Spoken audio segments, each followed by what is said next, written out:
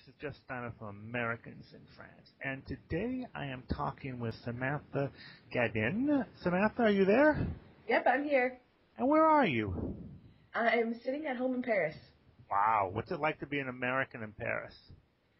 I am one of many. There's a lot of Americans in Paris then? Yeah, I think someone said there's something like 100,000 of us here or something crazy like that. Wow. What part of Paris do you live in? I live in the 15th, so not too far from Montparnasse. So what's your neighborhood like? I'm a little bit torn. I used to live in the 5th, which those of you who know Paris, it's right in the center of Paris, and I could see the Eiffel Tower from my apartment. I was right across from the Luxembourg Gardens. I was a 10-minute walk from the Seine. So I really felt like Paris was kind of at my feet and in your face kind of thing, where now in the 15th, we're in a very residential neighborhood. It's very quiet. We're in a quiet street. And it's a little bit easier to forget, I guess, that we live in Paris. Is it kind of like a small village? I mean, I really don't need to go out that much. We have everything. We have grocery stores, bakeries, basically everything we need in our little neighborhood. So What brought you to Paris? many years ago, I was living in Brittany in northwestern France, and had a breakup with the Frenchman I was living with. And at that point, I had two choices. Either I go back to the U.S. or I stick around somewhere in France. And I didn't really like Brittany that much. It wasn't the place for me, and I had some friends in Paris, so I thought, okay, I'll give Paris a try for 3 months. I found a place to live just for the summer, and I thought I'll just see how it goes, and at the end of 3 months I'll make a decision. Do I stay or do I go? And now it's been almost 5 years ago, so. It's one of those, yeah, you think if you're not sure if you're going to stay, you give it a few months, and it becomes a few years. Yeah, I just wanted to see a different side of France than Brittany, I guess. What's the biggest difference between the two? Here I'm anonymous, and I'm someone I don't like to stand out. I don't like, to be the center of attention. So here I can just, there's like I said earlier, there's so many Americans that I can just go about my daily business. No one's going to stare at me because I look different. If I have an accent, nobody looks the second way. Whereas in Brittany, I was l'Américaine. I was the only American village, and I couldn't go anywhere without people looking at me, and it was almost like I had the plague. It was really frustrating for me because I just wanted to fit in and integrate, and I really had a difficult time doing so. That's one thing I've always noticed, that I'm always introduced as the American, even though I have citizenship. It's kind of the way French do it, because I've talked to some other people who are like the woman who was, I think, second generation Italian, so she was more French than Italian, but she was always kind of called the Italian. There was a German guy in our village, and he'd been there for 20 years. And one day I asked him, because people only referred to him as the German. And I was like, don't you get tired of having a name? Of not having a name, of being the German? And there were days where I'd think, I don't want to be known as the American for the rest of my life. I have a name, I have a personality, I have a whole history that goes along with being me. And so you've recently got married. What was it like getting married? Did you get married in France? We got married in France at the mairie, so at the city hall. I guess for my family, it must have been a very different experience. I've been to several French weddings, so it's become normal to me now, this whole idea of getting married at the city hall by the mayor. But as far as the process goes, it wasn't that difficult. Like you, I'm French now, so that made the paperwork quite a bit easier, though I think if you're a foreigner, there is some extra paperwork to do. But basically, we just had to bring our birth certificates and say, we want to get married on this day. And what shocked me when I got married in France was that it lasted forever. Did you go up to the onion soup at 4 in the morning? Well, it wasn't on our menu, but I've been to other weddings, or I should say, I've heard about other weddings where there was the onion soup at 4 o'clock in the morning, and it was written down in the menu. That time, 4 o'clock in the morning, or even sometimes later, you're gonna have onion soup, and that just, I was so tired, because I remember my sister's wedding, it didn't lasted about 5 hours. They got married, they had a party, that was it. Yeah, it's true. I get surprised now in the U.S. when they have a room reserved from 8 to 11 p.m. or 8 to midnight, and it rarely goes after that. What's it like being a Franco-American couple? Are there any cultural differences, cultural conflicts? I know there is with my wife. I mean, there has been. There has to be. I mean, I'm lucky that Chris is very calm, and, he's not your fiery Frenchman. He's very calm, and he's very interested by these differences. So most of the time, he'll sit and kind of reflect about why it's happening instead of it blowing up into a big argument. I'm trying to think of any specific examples. Well, the one that I had that I've noticed, and maybe you have too, is the amount of time the French spend eating at the table as opposed to an American. I don't know. I think I've adapted to their ways because I was just back in the U.S. 2 weeks ago for work, and I noticed at every single meal I was the last person to finish. And something I'd never noticed before, I was the only one to use a knife and a fork. Everybody was eating with just a fork, except for the other French person at the table. The two of us were the only ones eating with a knife and a fork. Do you peel like a pear or a fruit like that with your knife and a fork? Do you ever do that? No, I haven't gone that far. I think all the vitamins and minerals are in the skin, so I still gotta eat that. Yes. What language do you speak?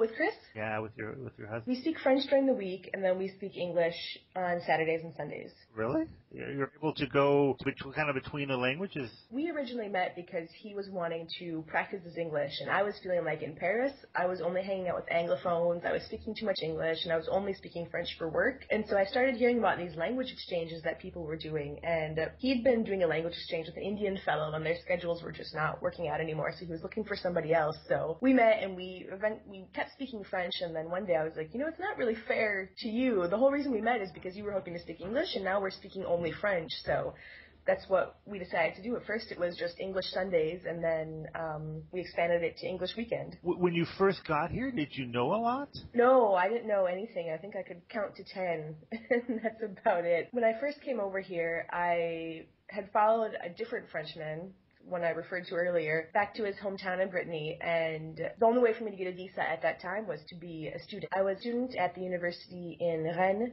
for 2 years. They had a program specifically for French for foreigners, and it was probably the best thing I could have done. Why is that? In Brittany, as a foreigner, the only job available is teaching English, and that's consequently what I did after these 2 years of French classes. I taught English for 2 years, but it really just was not for me, and so the fact that I had a really good foundation in French, I could read very well, I could write very well, and then they had a good focus on listening comprehension, phonetics, and that was really a big help for my job searches once I decided I wasn't meant to be an English teacher. Did you ever have culture shock or anything like the paperwork? I had lived in Finland for a year, and I'm actually of Finnish origins, and so my background, Finland wasn't strange for me at all. I had been there many times as a child. The food is basically the same as where I come from in the Midwest. Countryside is the same, lots of forests, lots of lakes. So it really didn't feel, I guess, dépaysant being there at all. Whereas coming to France, I think I naively thought, okay, I've already lived in Europe. How different can it be? Well, I think the biggest thing is that nobody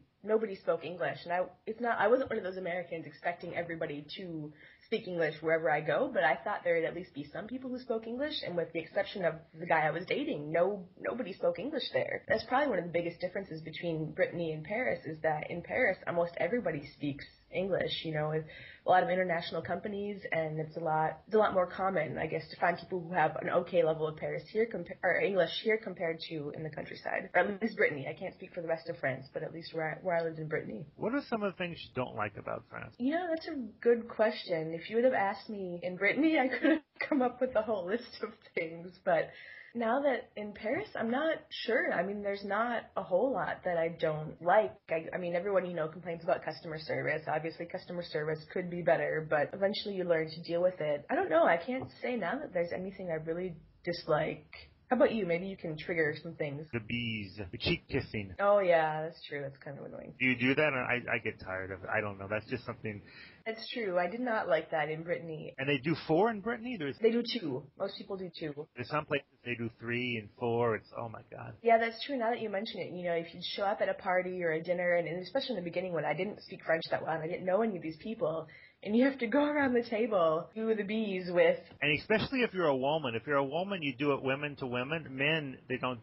Yeah, I guess you guys get out of 50% of the interaction. And it's a little bit easier. I don't mind shaking hands. When you socialize, is it mostly with Americans, French and Americans? Yeah, I think that's why I didn't think of the bees, is because in Paris, I think the large majority of my friends are Franco-American couples, which is really interesting because it's almost always a French man and an American woman. Your case is really rare, where it's an American man and a French woman. I don't know, maybe it's just the way it is, but I know 2 other people. Actually, 3. I know 3. Just where I live, and I live in the Alps. I agree with you. normally it's the other way. I don't think I know one couple where the man is American and the woman is French. Do you have any advice, anybody who's thinking of moving to France? My number one goal would be to learn as much French as possible, because that's going to be the key for making French friends, finding a job, especially outside of Paris. You know, that was one of the things that pushed me to learn French and to study as much as I did, was I thought, okay, this is the only way I'm going to find a job is if I can speak French. The visa issue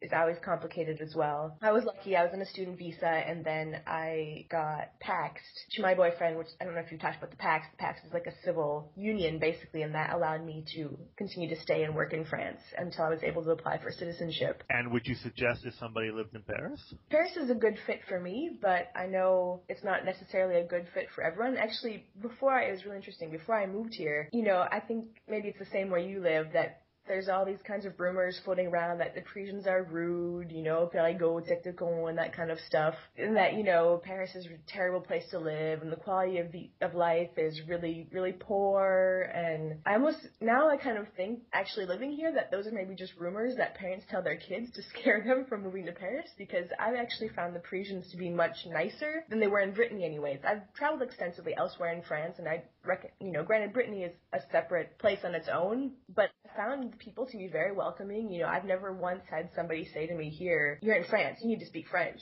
If I'm speaking English with a friend walking in the street, whereas in Brittany, that would happen all the time. In your travels in France and things, have you ever experienced anything you would describe as anti-Americanism? No, not really. I wouldn't say so. In Brittany, there was a definite anti-British sentiment, mainly because a lot of the Brits were coming and kind of creating little Britons in France. They were coming to France because of low housing prices, you know, cheap land, cheap wine, cheap food, that kind of thing. They weren't coming because they had a love of France, so they weren't really integrating into the community, and that caused a lot of tension. But anti-American, not really. Besides back when George Bush was president, you know, there'd be the odd comment here, but as far as Americans go, no. I never did. I mean, I was in Alsace during the build up to the war in Iraq, and there was nothing. I mean, there was nothing. There was no really the people didn't like Bush, but that wasn't, you know, anti-Americanism. In fact, whenever I tell anybody I'm an American, they always think, and maybe you had this too, they always think I'm British or English. Yeah, that was the problem in Brittany, is that I often got lumped in the same lot as the Brits. And anybody tells me, you know, whenever I tell them that I'm American, they, oh yeah, I've been here, I've been there. And I recently went, I was in the summer, we went to the Grand Canyon, and it was all these French people. I could not believe it. And you know how you have Francophile, you have people, Americans or from other countries who really like France. Well, there are a lot of people that like America. A lot of French people really do. It's mythic, you know. Yeah, actually, I have one of the hotels where I stay regularly in the Loire Valley. I think they're leaving this weekend for a two-week motorcycle tour of the Southwest. So it's one nice thing about the French, though, is that they're able to separate politics from the people, whereas in the U.S., you know, look at what happened with freedom fries and all that kind of stuff, whereas, you know, we just lump all of the French people in one basket with their government and their beliefs. So Sam, tell me about your blog. So I had a blog when I was living in Brittany, and then which was called Sam de Bretagne. And so since I was no longer in Brittany, I had to find a new name, and a French friend of mine suggested Totally Frenched Out, which I thought was really appropriate because at that point I was really kind of had enough of the France I knew, which was Brittany, so and enough of maybe Frenchmen for a while there too. So it was a good fit. Now, I don't know if that, I mean, I don't think that really applies today, but it's kind of a funny title. So my new blog is Totally Frenched Out at .blogspot.com. It's kind of evolved, its purpose has evolved with time. In the beginning, I felt really isolated in Brittany. You know, I moved here at a time when internet was still, you know, they didn't have high-speed internet everywhere in France. It was in 2003, and the French were a bit slow to adopt internet since they had their Minitel. It took them a few extra years to get on board. But so at that point, you know, I didn't really have a way to connect with people, and I kind of thought for a few years that I was alone in this situation, that I was the only person struggling to integrate, that I was the only person, you know, having a hard time making French friends. And when I discovered the blogging community, it was really an eye-opener, and I felt a weight lift off my shoulders to know that it wasn't just me, that other people were out there, they were going through these same issues, and it really kind of was a life saver at that time. And it was just a way where I could write down and share the experiences I was having and have them validated by other people, because there were times where I felt like I was crazy because I wasn't able to understand or communicate or, really just fit in. So I've read both of them, and that's kind of the feeling that you were dealing with the feelings. You were kind of dealing with things, and it's true though, because you don't realize that you're when at some point in time you don't realize that there are other people like you. now the new blog is just a way to kind of document my life in Paris. It's more of an online journal or diary, or if I come across interesting things that I see, or sometimes I share my travels, stuff I see when I'm, crossing France. What are some of the interesting things you've seen? I've been really lucky. I guess I have customers all over France, and one of the things I like the most about France is it's a relatively small country. I mean, don't ever tell a French person that, but, it's the size of Texas, comparatively speaking, and everything changes so much. You go to one region to another region, the food changes, the style of homes change, architecture, everything changes. I just find that so fascinating that each region has its own well-developed kind of subculture and history to it, and I love visiting things. I can be driving to a customer, and I have a kind of a crazy GPS that will take me averse to large roads, and it loves taking me on these tiny roads, which sometimes, I curse it because you get these one-lane curvy roads, and you never know what's going to be around the corner. But that's also part of the fun of it, because sometimes I come upon, like, ruins of a castle or, just really beautiful scenery, and I think, I'm lucky to be here. All right, Sam. I want to thank you very much for being on. Thank you for having me.